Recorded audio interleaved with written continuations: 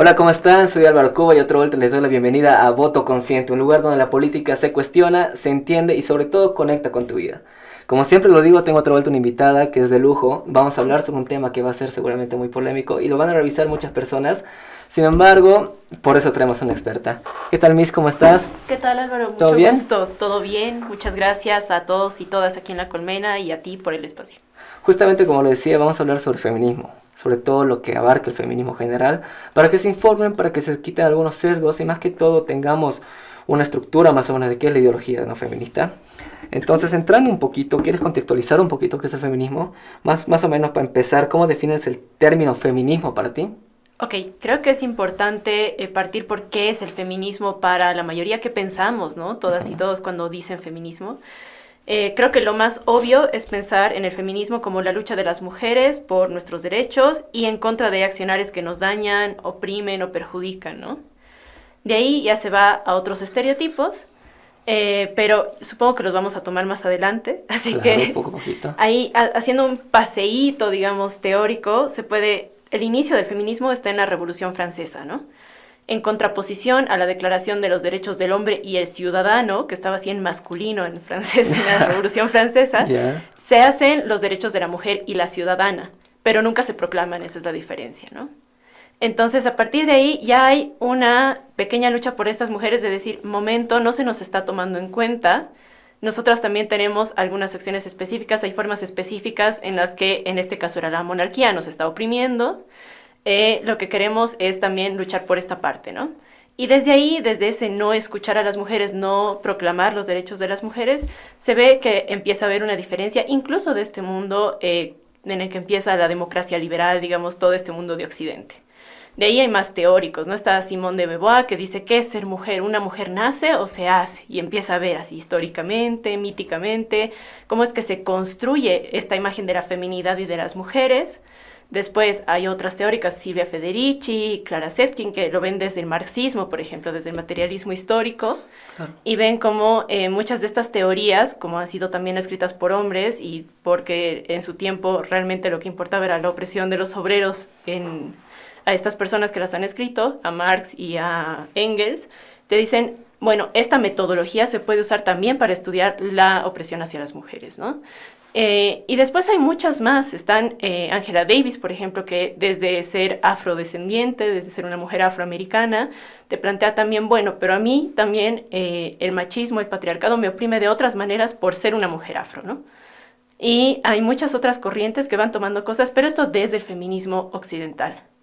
Y ahí empiezan a sonar palabras como interseccionalidad, que meten cosas un poquito más interesantes, ¿no? Está esto de la raza o la etnia y está esto de la clase. Si uno viene de la clase trabajadora o de la clase burguesa, ¿no? Claro. Y nosotros decimos desde acá, desde Bolivia, desde corrientes como el feminismo comunitario, donde yo vengo, decimos, estas corrientes están muy bien de Occidente, como han llegado hasta donde han podido, pero creemos que se quedan tuertas, porque ven las formas de opresión y las formas de violencia y las denuncian, y está muy bien, pero no están visibilizando que todas estas formas son el síntoma de un sistema que nos oprime. Para mí eso es lo más importante para partir. Claro. Y más o menos, para tomar en cuenta igual por qué es tan importante, ¿qué lo diferencia con otras luchas sociales que tenemos actualmente? Eso también es muy importante. Aquí en Bolivia, Sí. por ejemplo, a mí me ha tocado ir a comunidades, conversar con compañeras de movimientos sociales, y estas compañeras nos decían, para mí mi lucha es por mi comunidad, por mi sector, por mi organización, no quiero luchar en contra de mis compañeros, ¿no? Y creo que ese es un estigma que se tiene que romper también, que el feminismo no debería ser, y para nosotras desde el feminismo comunitario, no es en contra de los compañeros, en contra de los hombres, ¿no? Es una lucha que tenemos que seguir todas y todos en contra de opresiones que nos opriman a todos y a todas de formas diferentes, pero sí. Entonces creo que la diferencia está un poco ahí, sobre todo en el estigma, que se cree que es la lucha de mujeres contra hombres, de un 50 contra un 50%, digamos. Claro. Eh, y que no es así, digamos, en las luchas étnicas, que se dice también que son luchas de minorías, ¿no? O en las luchas de las clases trabajadoras, que son enormes, pero se dice, ay, el sector de los trabajadores, de los fabriles, de los mineros. O nos dicen los sectores, los mineros y las mujeres, ¿no? Entonces decimos, no somos un sector, No somos una minoría, no somos un tema, no somos un problema. Somos la mitad de cada pueblo. Claro. Y eso puede sonar obvio, porque claro, 50-50% estadística, digamos. En Bolivia, de hecho, somos el 52, según el último censo. Pero no estamos hablando aquí de números, ¿no? Estamos hablando de que estamos reclamando nuestro lugar en la mesa, como la mitad de las decisiones, como la mitad, sí, de los problemas, claro que sí, pero también la mitad de las soluciones, de las ideas, de las participaciones. Entonces, ese creo que es el principio fundamental del feminismo comunitario. Las mujeres somos la mitad de cada pueblo y como tal queremos tener esa importancia, ese peso en las decisiones y en todo lo que se vaya a hacer dentro de nuestras comunidades y nuestros espacios. Claro. Ahorita vamos a entrar a los términos como tal. Me has tocado dos puntos interesantes. Pero antes de todo esto, quiero empezar preguntándote justamente algo más personal, ¿no? Claro que sí. Y hablarte, por ejemplo, cómo ha sido el momento en el que tú te has identificado y te has dado cuenta, yo soy feminista. ¿Cuál fue el hecho, no sé, qué pasó o en qué momento llegaste a darte cuenta de que el feminismo se identifica contigo? Qué buena pregunta. Gracias. Bueno, yo tenía cierta formación. Yo empecé estudiando como movimientos post-feministas por la formación académica, digamos. Y desde ahí había ideas que me parecían muy interesantes y decía así como, sí, apoyo, ¿no? Medio callada, medio calmada, como así, aguante. Pero creo que el momento en el que he dicho como yo soy feminista y yo quiero seguir este punto es el momento en el que justamente me tocó hablar con compañeras de organizaciones sociales, haciendo otros talleres, formando parte de otros espacios. He visto cuán duro luchaban estas mujeres, todo lo que hablaban, todo lo que defendían por sus comunidades y sus sectores.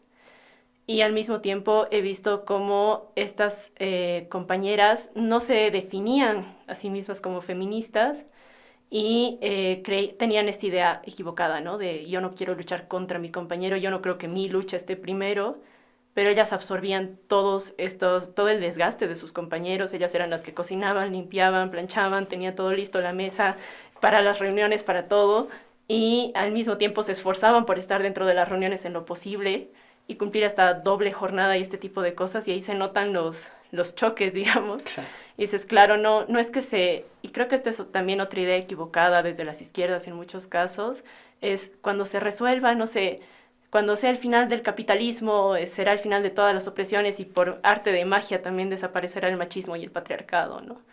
Es como, no, en muchos espacios sindicales, en muchos espacios de lucha desde la izquierda también existen este tipo de opresiones. Entonces ahí es que he dicho así como, ok, no basta con luchar desde la izquierda, digamos, no basta con estar con los pueblos en nuestro país, realmente también hay que tomar en cuenta el feminismo, no es que por arte de magia se va a resolver todo, son luchas que están muy entretejidas porque también es un sistema de opresiones que no va por separado, no va cada cual por su lado y no es que hay uno prioritario, sino que es parte de las luchas. Claro. La otra parte que quería tocar era el tema del rol del hombre. Ya vamos a ir a eso, vamos a ir paso a paso. Claro. Sin embargo, hay que ir, como te digo, grada por grada. Lo que quiero hacer ahorita y preguntarte más que todo es abarcar el tema de, a ver, el feminismo lleva una lucha de años, sí, muchos años, y especialmente afuera, donde ha tenido muchas cosas muy importantes ha logrado. Y ya se crea ese debate y ese dilema, ¿no? El feminismo ya logró muchas cosas. ¿Qué sigue? ¿Qué se va a hacer? ¿Cómo responderías a quienes piensan que la lucha ya no es tan necesaria, inclusive a algunos puntos, ¿no? O inclusive que se está deformando con algunos micromachismos que a veces lo llaman, que son a veces mundanos. Claro. Valga la redundancia, ¿no? O sea, pero, ¿tú cómo lo miras eso? Ahí también creo que hay matices. Creo que también es importante entender que no hay una forma de feminismo. Son muchos feminismos. Claro. Y ahí, claro, como tú bien dices, afuera se ha logrado mucho desde el feminismo liberal, por ejemplo, el movimiento de la marea verde en Argentina, la despenalización del aborto, también en México, por ejemplo, y la visibilización de las violencias. Y yo creo que, por un lado, estos logros son grandes y se implican sobre todo en la legislación y en la vida de las mujeres en estos países mejoras.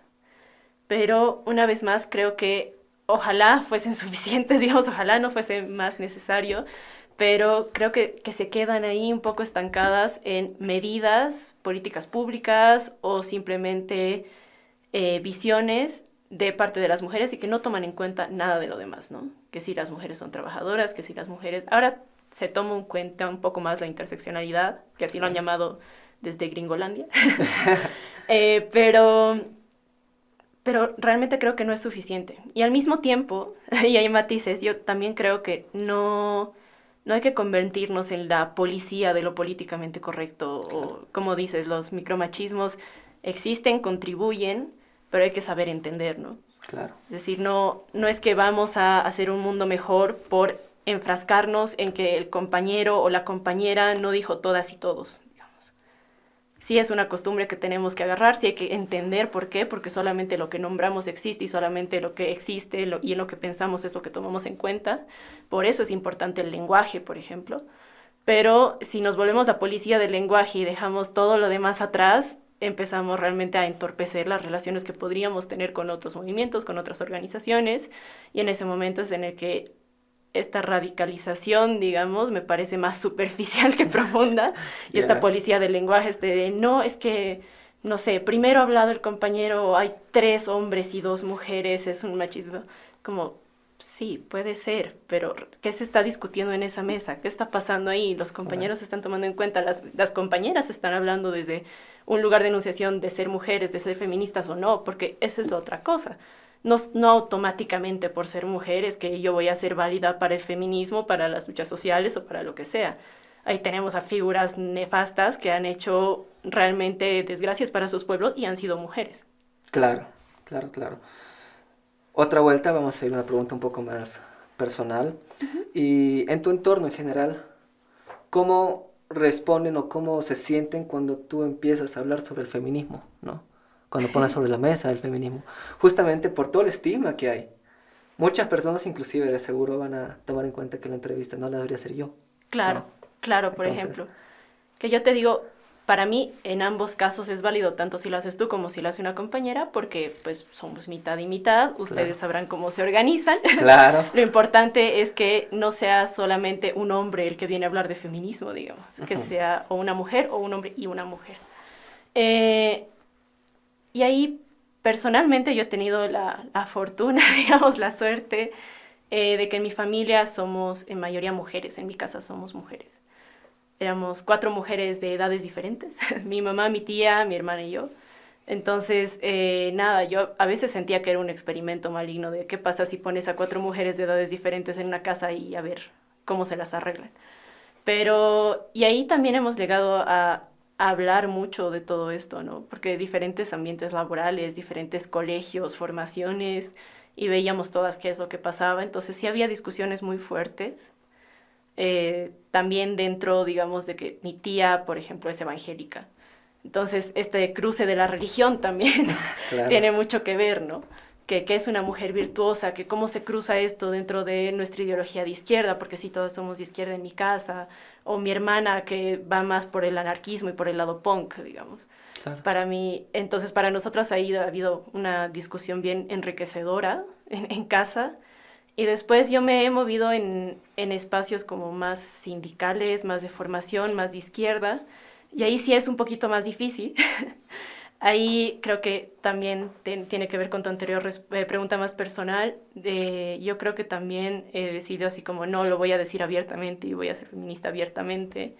Y es un tema que quiero estudiar y hablar.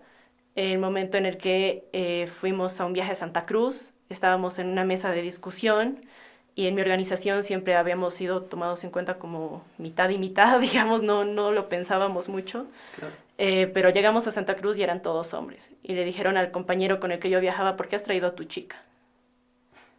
Y así como, no soy su chica y aunque lo fuera, soy compañera y he venido a hablar con ustedes, ¿no?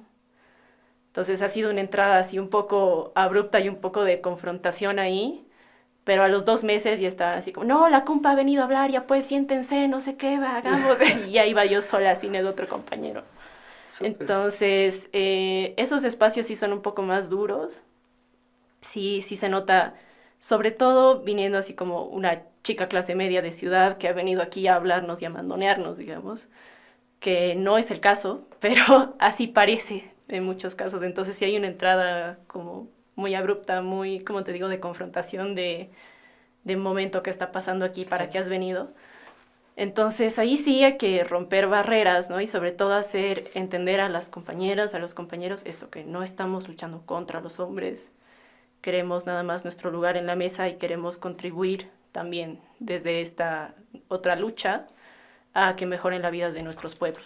Es eso. ¿Te has sentido estigmatizada algún momento por asumir esta identidad? Sí. ¿Bastante? Bastante. ¿Por qué?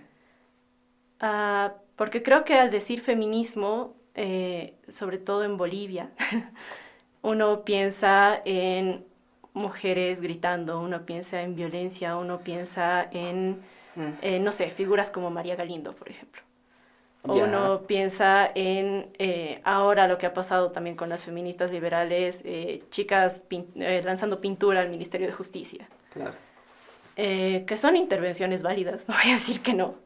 Iconoclasia, ¿no? Sí, iconoclasia, pero creo que todo esto ha contribuido, y tampoco estoy aquí para decir si está bien o está mal, pero ha contribuido a esta imagen de la feminista enojada y agresiva.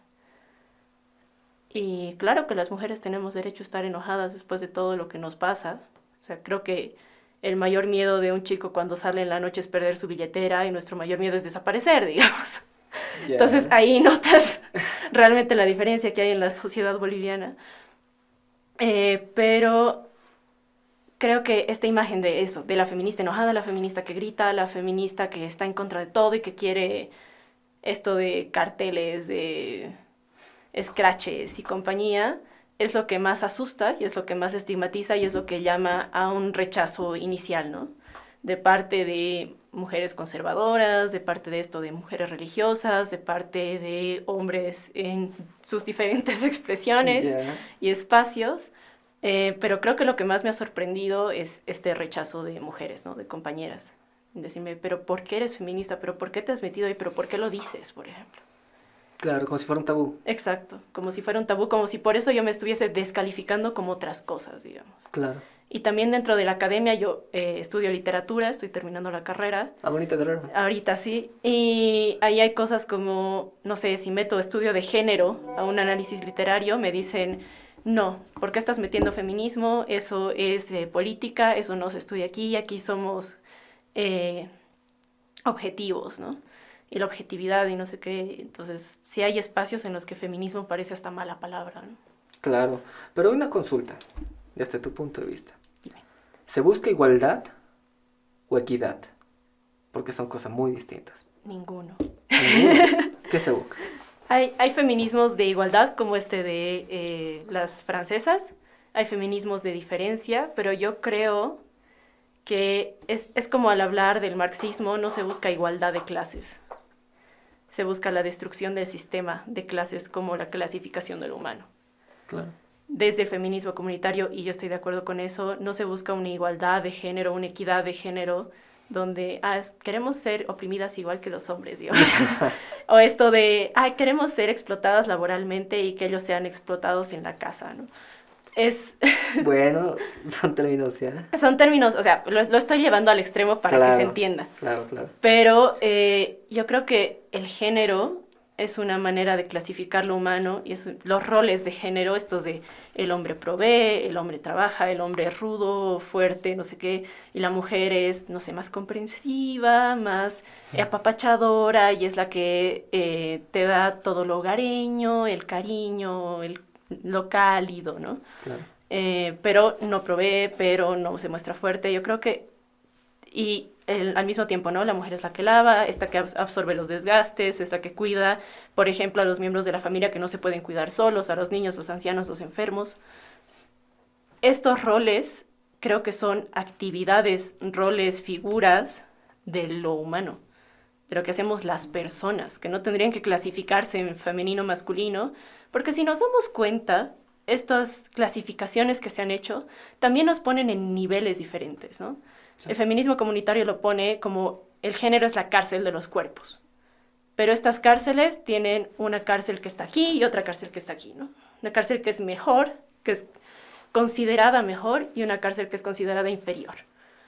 Entonces suena muy fuerte, por eso también lo explico con ejemplos, digamos, Extremistas, sí. extremistas, pero yo creo que tienen razón, porque lo que vienen a decirnos desde el género como clasificación, que sí tome en cuenta lo físico, lo sexual, qué sé yo, pero lo que viene a decirnos la clasificación del género es, este es tu lugar en este sistema y vales más o vales menos según lo que hagas. Entonces no nos sirve de nada que los hombres laven los platos y nosotros salgamos a la fuerza laboral si sigue siendo considerado lavar los platos como una tarea menos importante que, no sé, hacer informes Claro. o inferior.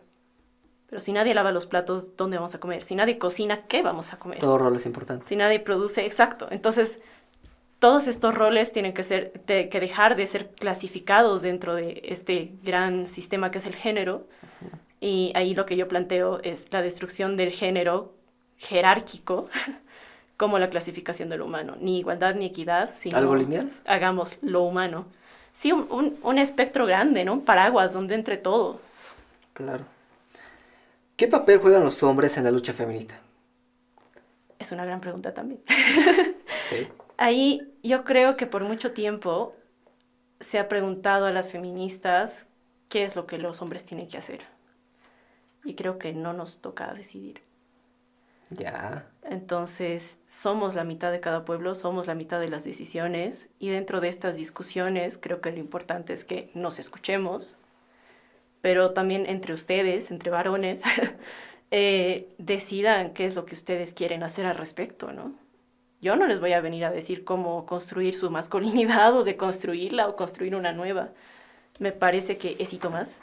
Sí. Uno, que ya es mucho para nosotras, y dos, que no tenemos ni su experiencia de vida, ni la construcción esta histórica del género sobre nosotros para entender qué es ser un hombre, cómo es ser un hombre, qué pasa, y eso lo tienen que trabajar ustedes. Me parece que sí es importante estos espacios, digamos, de diálogo, de hablar, de entender cómo es que estas cosas nos atraviesan, Claro. pero que eso lo tienen que resolver ustedes. Es un rol como sociedad, no más que todo. Exacto. Justamente como decías, no podemos explicar el rol de una mujer como tampoco ustedes de un rol de un hombre. Exacto. En ese mismo sentido, porque como algún momento se decía, son mundos distintos, tanto en la forma de sociedad como se desenvuelven cada uno.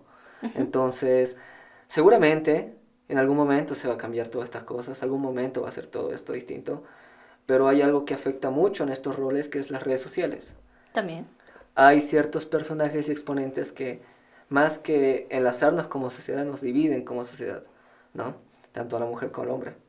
Entonces es complicado. Pero lo importante es lo que decías, que si hay un espacio para los hombres en la lucha feminista. Claro que sí, claro que sí. Y ahí eso es importante también, ¿no? Hablábamos con una compañera hace poco que ella tiene un rol sindical en su universidad, en el extranjero, no sé qué, y me decía, estábamos hablando de un tema de género y un hombre fue el primero en levantar la mano y participar. Y le digo, ok, sí, que haya sido el primero está raro, sobre todo si estaban hablando de un problema que estaban atravesando las mujeres y tratándolo, no sé qué, pero no está mal que hable. Y eso es una gran pregunta que nos hemos hecho también por muchos años en organizaciones donde yo he participado, en espacios de izquierda que nos decían, es que nosotros no entramos a la marcha. Y yo decía, ¿por qué? ¿Por qué ustedes no van a ir a la marcha? Sí, es cierto, no van a ser los protagonistas de la marcha por el Día de la Mujer o el Día contra la Violencia. Claro. Pero sobre todo en el Día contra la Violencia a mí me hacía mucho sentido que los compañeros participen y apoyen y estén, tal vez atrás. Tal vez. Atrás.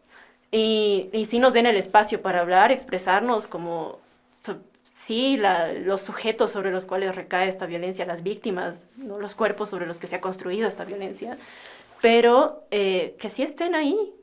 Porque si van a dejar el feminismo solamente a las mujeres y nosotros nos sentamos aquí bien, gracias, o nos sentimos excluidos y sentimos que nos están dejando de lado, digamos, como creo que está pasando en algunos movimientos de hombres, sobre todo en redes sociales, o que nos echan la culpa de sus desgracias por no entender, creo que ahí realmente también es que se profundiza el problema, ¿no? Porque nosotras podemos intentar hacer todo lo posible y podemos llegar muy lejos, como lo han hecho compañeras en Argentina, en México, en Rusia, en Estados Unidos, pero si los compañeros no están sentados en la mesa, no estamos participando todos, y este es un sistema que ha sido construido sobre todas y todos, y no va a cambiar, no lo vamos a destruir, no se va a caer, como dicen las compañeras de Argentina, si es que la mitad lo sigue sosteniendo o no lo ve como un problema. Claro. Pero bueno, haciendo un paréntesis, ¿no? Todo esto, hay un problema justamente en este tema de la participación de los hombres en toda esta lucha feminista, y creo que es la predisposición. Por el hecho de que, por ejemplo, en marchas como el 8M, no se deja que el hombre pise la calle cuando están en la marcha, por el hecho de que no pueden ser ese rato los que ellos están ahí. Entonces, por eso digo predisposición. Puede haber la razón por la que tengan que estar, que totalmente de acuerdo contigo. Sin embargo, hay que ver que ciertos grupos sociales no tienen la predisposición para hacerlo. Inclusive tienen ese cierto rencor, se podría decir. Y aparte de eso, agresiones que ha habido. Gente de delivery, gente que está ahí con su moto y le destrozan las cosas. Claro. Que creo que eso destroza un poco la ideología que se está manejando. Y es donde crea ese sesgo que se dice, ¿no? Que el feminismo es un odio hacia el hombre. Cosa que no es así. Exacto. Cosa que no es así. ¿Por qué crees que esa narrativa se ha instalado tan fuerte en la gente? ¿Por qué crees que esa narrativa del feminismo es el odio a los hombres se ha instalado tan fuerte en general? Porque le conviene a los opresores. Creo que en este caso es importante entender esto del sistema, ¿no? Todos, el racismo, el capitalismo y el machismo son expresiones del patriarcado que están destinadas, digamos, a favorecer a unos pocos y oprimir a muchos. Entonces, lo que pasa con hombres y mujeres patriarcas es que les conviene que nos veamos como eso, como mineros ignorantes que lo único que hacen es meter dinamita a la calle. Les conviene que nos veamos como, ay, estos indios que no saben ni hablar español vienen y escupen su coca. Les conviene que nos veamos como estas mujeres enojadas que vienen y destruyen ventanas. Y les conviene que eso sea lo único que se ve, o lo que más se ve, o a lo que más le dan visibilidad. Y no hay que olvidar que también estas organizaciones, todos estos beneficiados, estos patriarcas que nosotros llamamos hombres y mujeres, también tienen gran parte de los medios de comunicación. Yeah. Entonces manejan la narrativa. Si bien nosotras cuando hablamos con compañeras, por decirte, de pollera, de las organizaciones sociales, no sé qué, entienden lo que estamos diciendo, salen y ven en la televisión, otra vez a María Galindo ha gritado y las mujeres han roto ventanas y le han pintado el ministerio. Entonces, una conversación con nosotros no pesa tanto como la voz autorizada del canal de televisión que ven todos los días. Sí, claro, la parte más amplia. La parte más visible, la parte más amplia. Y es eso, es una voz que ellos tienen todos los días, que además se supone que está formada en el tema, que está autorizada para opinar, para informar y para difundir. Objetiva, claro que está. Es objetiva, supuestamente. Entonces, ahí tenemos a este sistema en contra, ¿no? Y ahí, una vez más, yo no estoy para decir si está bien o mal venir a romper las cosas. Yo creo que es un detrimento para el movimiento que sea nuestra única forma de expresarnos. Entiendo el enojo, entiendo de dónde viene, pero creo que no es estratégico. Claro. Entiendo que sea lo visible, pero creo que justamente por esta manipulación de las narrativas no ayuda para nada. El tema de los medios, el tema mediático con el tema ideológico. ¿Qué opinas que las redes sociales sean la nueva ventana para visibilizar este tipo de ideologías? ¿Crees que las empoderan o las superficializan? Eso, ya se me trabó la lengua. ¿Crees que es así? Creo que depende mucho de cómo se usa. El otro día estaba viendo, justo vino hace poco Tupac García, ¿no? Hola. Y hola Tupac. Estaba viendo... el otro día en su Instagram estaba haciendo como preguntas y respuestas y le preguntaron sobre una organización trotskista, ¿no? Y él decía, creo que la vieja izquierda es la única que ha entendido cómo hacer TikTok. Y decía, qué interesante. Buen punto. Y entonces depende cómo se usa. Yo creo que en muchos casos esto de píldoras cortas, infografías, el formato corto, te obliga a sobresimplificar las cosas, ¿no? A ver la superficie, a ir a lo inmediato, a... ¿Qué es el feminismo? El feminismo es la reivindicación de los derechos de la mujer, punto. Que sí, pero ¿y qué hay más allá? ¿No? Exacto. O ¿qué se recuerda el 25 de noviembre? El Día contra la Violencia. Sí, pero ¿violencia cómo, cuándo, dónde, de dónde viene? Entonces, creo que en ese sentido pueden llamar la atención, digamos, sobre todo de jóvenes que, como bien has dicho, están sobre todo en redes sociales, en videojuegos, en novelas de romance, no sé, todas estas cosas que ya tienen el Claro, patriarcado claro. así súper atravesado, aunque no todas. Eh, y no verían esto, no estarían expuestos a esto de otra forma. Entonces creo que ayuda a llamar la atención, pero que no es suficiente. Que sí se puede usar los medios, las redes, para difundir como lo están haciendo ustedes ahora, pero creo que cada vez es más raro. ¿Ya? ¿Por qué? Que estas... yo creo que sobre todo es por el formato corto. Claro. Teníamos una iniciativa, digamos, un proyecto comunicacional en un momento con compañeras que se llama Casa Tomada, donde hacíamos justamente videocolumnas cortitas de opinión e infografías, que eran máximo 4 infografías para que nos entre en Twitter. Interesante. Y ahí metíamos diferentes temas. Y ahí es que hemos visto las limitaciones, ¿no?, del formato corto. Y decíamos, es que nos hace falta algo más. Hay gente que usa live, por ejemplo, Sí. o transmisiones, Twitch, este tipo de cosas que yo creo que justamente por la extensión permiten profundizar. La cosa es cómo llegamos, y este me parece que es una discusión que está en marcha, que yo no le he resuelto, no sé si ustedes, ¿Ya? pero que es de hasta dónde llegamos con esto de llamar la atención, ser entretenidos, ser movidos, estar como en la atención de la gente Y ser educativo. y ser educativo al mismo tiempo, ir a la profundidad, como no volvernos el contenido de los señores, señoras de cafetín, Ya. y tampoco caer en, no sé, ser el programa, no lo voy a decir feo, pero Twinkie Twinkie del momento, ¿no?, que todo Claro, es sonido y música y gracias y chao. claro, claro. Entonces, es eso, es una búsqueda del Del equilibrio ahí, ¿no? equilibrio, sí, Cómo sí. somos entretenidos, cómo llamamos la atención sin dejar la profundidad de lado. Claro, claro. Es un dilema que todos creo que estamos pasando. Igual aquí estamos viendo. Exacto. Quiero entrar ahora sí a lo temático temático. Ahora Dale. sí, vamos a entrar a lo que es. Hay muchas ramas del feminismo. Como bien decías, afuera otras ramas han hecho muchas cosas. ¿Qué ramas tú crees que están siendo enfocadas aquí en Bolivia? ¿O qué ramas tú sientes que deberían nuevo enfocarse para poder conseguir nuevas cosas? Yo he visto cosas bien interesantes en Bolivia por parte, por ejemplo, del ecofeminismo, que hace tiempo que no escucho de ellas, después de la pandemia, digamos, pero antes venían con mucha fuerza. Y me parece que es un movimiento que ha llamado mucho la atención porque también la parte ecologista está en boga, digamos, ahorita en juventudes, por la crisis climática, por todo lo que hemos visto estos años, y me parece que tenían buenos planteamientos, sobre todo al tomar en cuenta esto como sistema, como humanidad, como integrar, ¿no?, hombres y mujeres. Creo que hay que reconocer todo el rol que han tenido las mujeres creando y María Galindo como figura en poner el feminismo en el mapa en Bolivia, por ejemplo. Que a mí me parece, yo he conocido el feminismo con mujeres creando y mi referente feminista, digamos, yo pensaba en feminismo cuando era chiquita, estaba en colegio y pensaba en la María. Y me ¿Es un parece que referente la del feminismo? generación igual, ajá. Creo que, sin embargo, ahora se han vuelto, y tal vez esto sea muy polémico y me persigan, pero creo que ahora se han vuelto mucho show y pocas nueces, pero...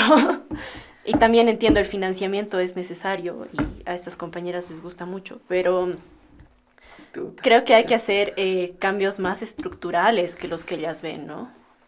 Ellas me parece que son muy rápidas en apuntar, en apuntar el dedo en cosas muy pequeñas, muy concisas, y no ver la figura grande. Entonces, ahora las mujeres creando ayudan, sí, seguramente, pero creo que se quedan en eso, en el performance, más que en la profundidad del caso, ¿no? Eh, Creo que las compañeras de feminismo comunitario, yo me formé con ellas, ya no estoy militando con ellas, digamos, no soy parte de su organización, son muy valiosas. Creo que están teorizando cosas muy interesantes.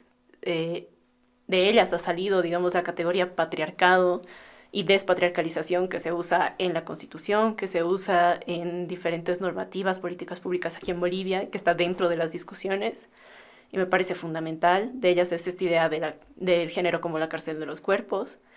Me parece que sí tienen que agarrar más fuerza, digamos, que tienen que salir más a las calles, dejar atrás como tienen disputas y rencillas. Eso también es muy fuerte dentro del feminismo. Que diferentes figuras toman, ya sea por autoría, ya sea por no sé, como derechos de autor, Ya. de los mismos términos, las mismas cosas, y por peleas tanto personales como ideológicas empiezan a generar más conflicto que propuesta. Creo que las compañeras de feminismo comunitario tienen que salir del conflicto y seguirle metiendo a la propuesta porque son muy valiosas. Y creo que hay muchas compañeras jóvenes, universitarias, de colegio, que tienen la rabia ahí, tienen la indignación, digamos, y empiezan a ver, visibilizar, sentir todo lo que es el patriarcado, todo lo que es el machismo, pero creo que tenemos, nosotras como mujeres, como sociedad, que saber abrazarlas y saber formarlas también.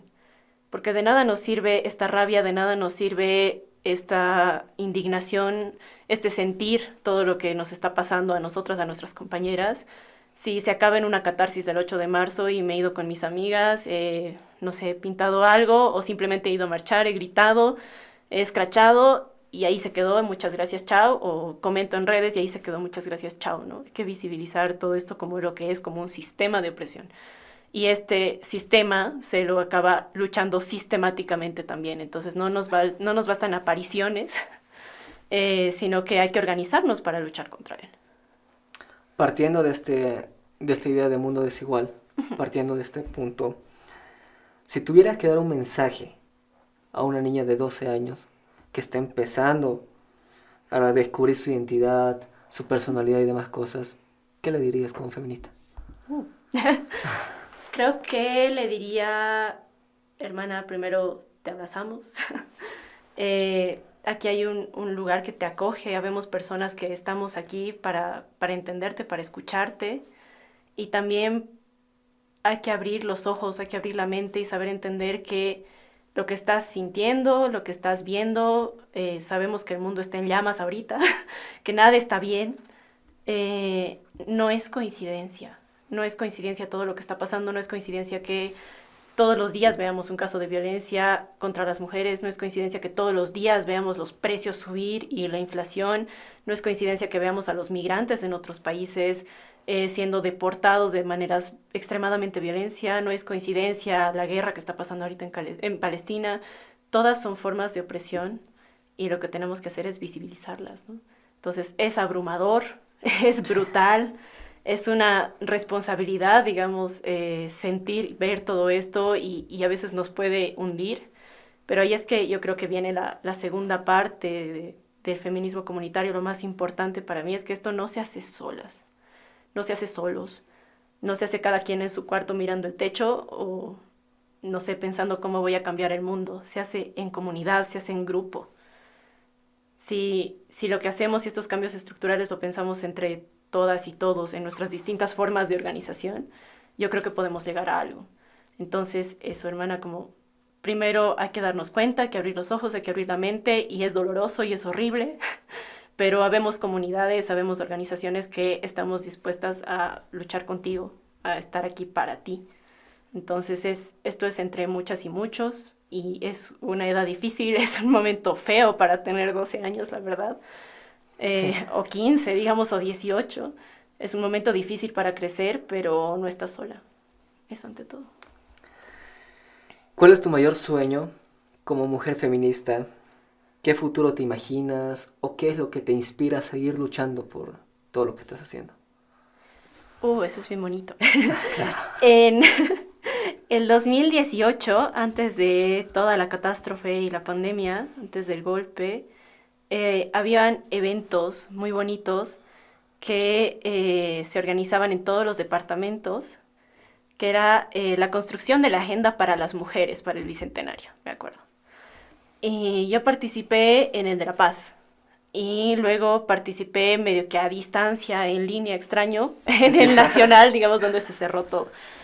Y yo creo que sigan abriéndose estos espacios, que sigan generándose estas agendas, porque yo terminé por casualidad, porque era la mesa que menos gente tenía y llegué un poco tarde, en la mesa justamente de la parte legal, de leyes. Y la discusión fue brutal y fue por 7 horas. Y creamos un documento súper largo, pero detallado desde las mujeres de diferentes sectores, de diferentes lugares. Estaba yo así como, hola, soy universitaria, ¿dónde me meto?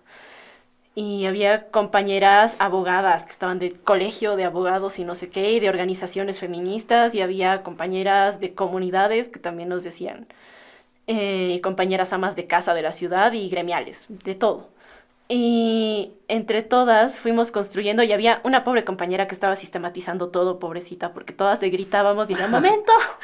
Entonces, y iba escribiendo y se veía en una pantalla, en un proyector, todo lo que íbamos diciendo, íbamos redactando entre todas. Y éramos 74. Uf. Entonces, creo que seguir generando estos espacios de construcción colectiva, ¿no? De encuentro de diferentes colectivos, diferentes movimientos. eh, Ahí creo que hay que dar un rol mucho más importante. Nosotros tenemos el Servicio Plurinacional de la Mujer y de la Despatriarcalización. Y lo que hace ahora, porque así ha sido creado por su legislación, es más monitoreo que otra cosa. También sé que ellos han hecho un proceso para la mejora de la 348, para mejoras a la ley, que también ha sido por todos los departamentos, que me parece muy loable, que lamentablemente sé que ya está redactado, sé que ya está hecho, que ya está terminado. Han hecho 2 rondas, así uno de recolectar ideas y otro de validar ideas, porque habían ideas contradictorias que se encontraban. Entonces ha sido, bueno, entonces hay estas 3 opciones para resolver este problema, no sé. Para, me acuerdo de esto, para un hombre que ha sido violento y hay que sacarlo, no puede compartir el espacio de convivencia con una mujer y sus hijos, por ejemplo. ¿Qué se hace? Ahora en la legislación está llevar a la mujer y a los niños a un refugio. Pero muchas mujeres nos decían, no, ¿por qué? Que el hombre vaya a un centro de rehabilitación donde además pueda generar recursos para pasar pensión y pueda además aprender qué es lo que ha hecho, por qué está mal y reflexionar y pasar terapia y además ver realmente qué es lo que está pasando estructuralmente ahí, ¿no? Claro. Entonces ahí se han propuesto un montón de estas cosas, así te digo, una de las 800 que hay. Yo creo que el que siga habiendo estos espacios me da mucha esperanza. Espero que lleguen a mejor puerto, porque esta agenda del Bicentenario con la interrupción democrática y todo lo que ha pasado después, sé que se ha archivado. Sé que muchas organizaciones, muchos movimientos seguimos luchándola, teniéndola como una guía, digamos. Lamentablemente desde el gobierno no ha habido más apoyo. Pero la sola existencia de estos eventos me da mucha esperanza. Espero que realmente podamos seguir construyendo en ese sentido en diferentes sectores, entre mujeres de todo el país, que también se incorpore a los compañeros. He visto en muchos talleres que también había compañeros que también opinaban y me parece bien. Una vez más, no como protagonistas, no como los únicos, pero me parece bien que también tengan su voz ahí. Y es realmente el seguir construyendo agenda juntas, es lo que me da esperanza, es lo que mi sueño sería, que estas agendas que construimos, que estos proyectos que hacemos entre todas, que realmente me parecen esfuerzos titánicos y admiro a las mujeres que han construido estos espacios, sean cada vez más comunes, sean cada vez más seguidos y se puedan hacer para mucho más, no solo dentro de la legislación, de las políticas públicas aquí en Bolivia, sino dentro de todo lo que pasa, y no solamente dentro del tema de las mujeres, no solamente dentro de esto que nos han encasillado otra vez como un sector, como un problema, sino dentro de todos los temas, porque en todos los sectores hay mujeres. En el que menos te imagines, hay mujeres. Perfecto, ya para ir cerrando la entrevista, te dejo la cámara para que les expliques justamente a todos por qué darle una oportunidad al feminismo. Creo que todos deberíamos darle una oportunidad al feminismo, porque es abrir los ojos, darnos cuenta cómo es que nos estamos haciendo daño al intentar seguir estas leyes, estas reglas que lo único que hacen es encasillarnos, que lo único que hacen es valorarnos de una manera que no hemos decidido nosotros y lo único que hacen es perjudicarnos en nuestro desarrollo. Si lo que hacemos es luchar desde el feminismo, luchar desde las diferentes luchas, desde, no sé, para mí es el feminismo, el catarismo y el marxismo, cada quien encontrará sus espacios de lucha contra estas formas de opresión que hemos ido explorando, que hemos ido nombrando durante esta entrevista. Yo creo que todos vamos a llegar a ser, en primer lugar, mucho más libres, mucho más felices, y si todos nos organizamos, yo creo que vamos a poder tener realmente una mejor vida para nosotros y para nuestras comunidades. Creo que nosotros no nos construimos solos, esa es una mentira que se ha construido desde los medios, desde los estereotipos, desde el capitalismo. Creo que esta búsqueda individual de la felicidad, de la competencia, nos ha engañado y ha hecho que pensemos que nosotros tenemos que velar por nuestro propio bien ante todo y sobre todo, y que no nos importe el resto, pero claramente nos importa. Ahora los índices de depresión, de ansiedad, de problemas que tenemos como sociedad son muy altos, y también por eso las violencias son muy altas en todos los ámbitos. Y yo creo que si nos damos cuenta, si le damos una oportunidad a estas luchas, al feminismo, realmente podemos alcanzar una mejor vida entre todas y todos. Muchas gracias, Mish. Gracias, Álvaro. Gracias por haber aceptado la entrevista. Y bueno, esto ha sido Voto Consciente.